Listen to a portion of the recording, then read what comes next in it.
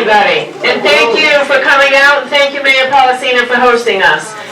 As we begin this fight, and it will be a long fight, as Congressman Cicilline said, I take hope and heart in knowing that we have, in my estimation, the best congressional delegation in America.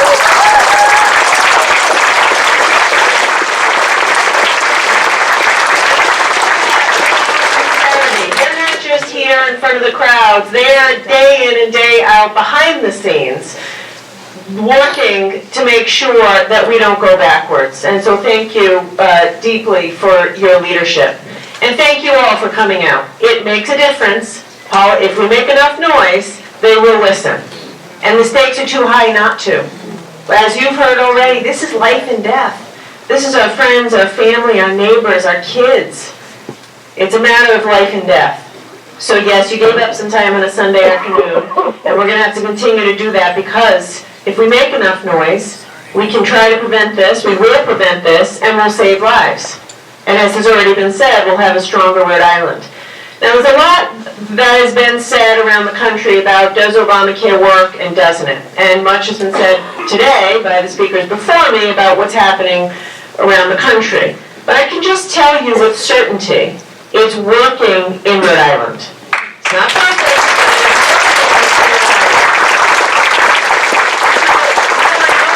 I know that because at this very moment, over 100,000 Rhode Islanders, we're only staying 1 million people, over 100,000 Rhode Islanders now have access to health insurance that didn't before. That's through our health exchange and Medicaid expansion. I'm so proud that we're one of the states that took the Medicaid expansion. Just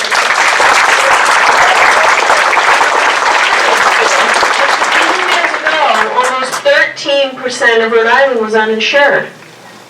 Now only a couple of percent of kids are uninsured. Let's get that to 0. And only 4.5% of Rhode Islanders are uninsured. Right? From 13% to 4%. We are within a whisper of universal coverage.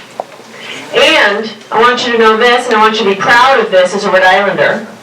We are one of the very few states, if the only, in America, that at the same time we've expanded coverage, we're actually seeing our premiums go down.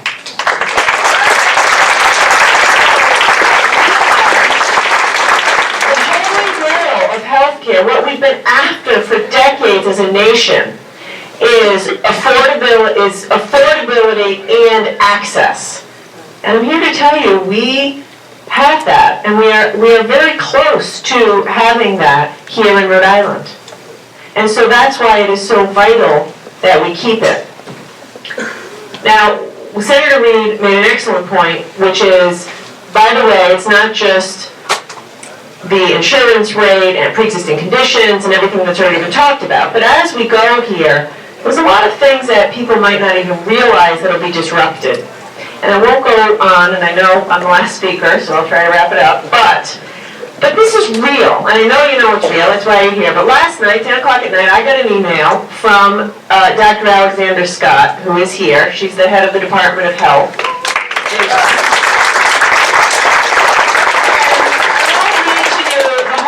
Email, but it's to me, and it's marked urgent.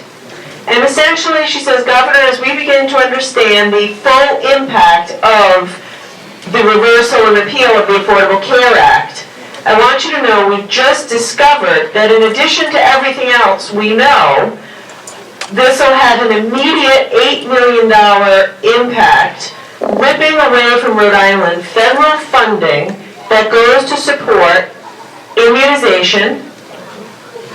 We have one of the highest rates of immunization in America. I'm not going backwards.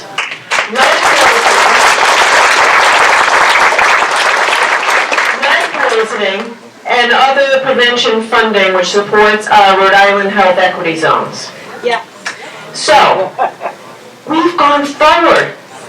Even recently, in the 2 years I've been governor, we've invested in home care, we've invested in medical assisted treatment for people who are struggling with overdose addictions. We've invested in preventative care, invested in health equity zones, invested in more lead poisoning. So let's come together and let the nation know the Affordable Care Act is working in Rhode Island. We want it in Rhode Island, and we are not going backwards.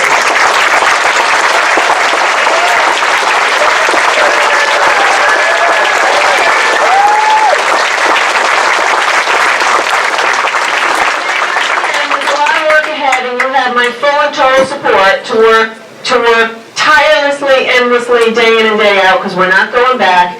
And in this time of uncertainty, know that you have our support, and we are going to get through this, and we are going to make sure that people get what they deserve, which is health care as a right to keep everybody safe and healthy here in the state of Rhode Island.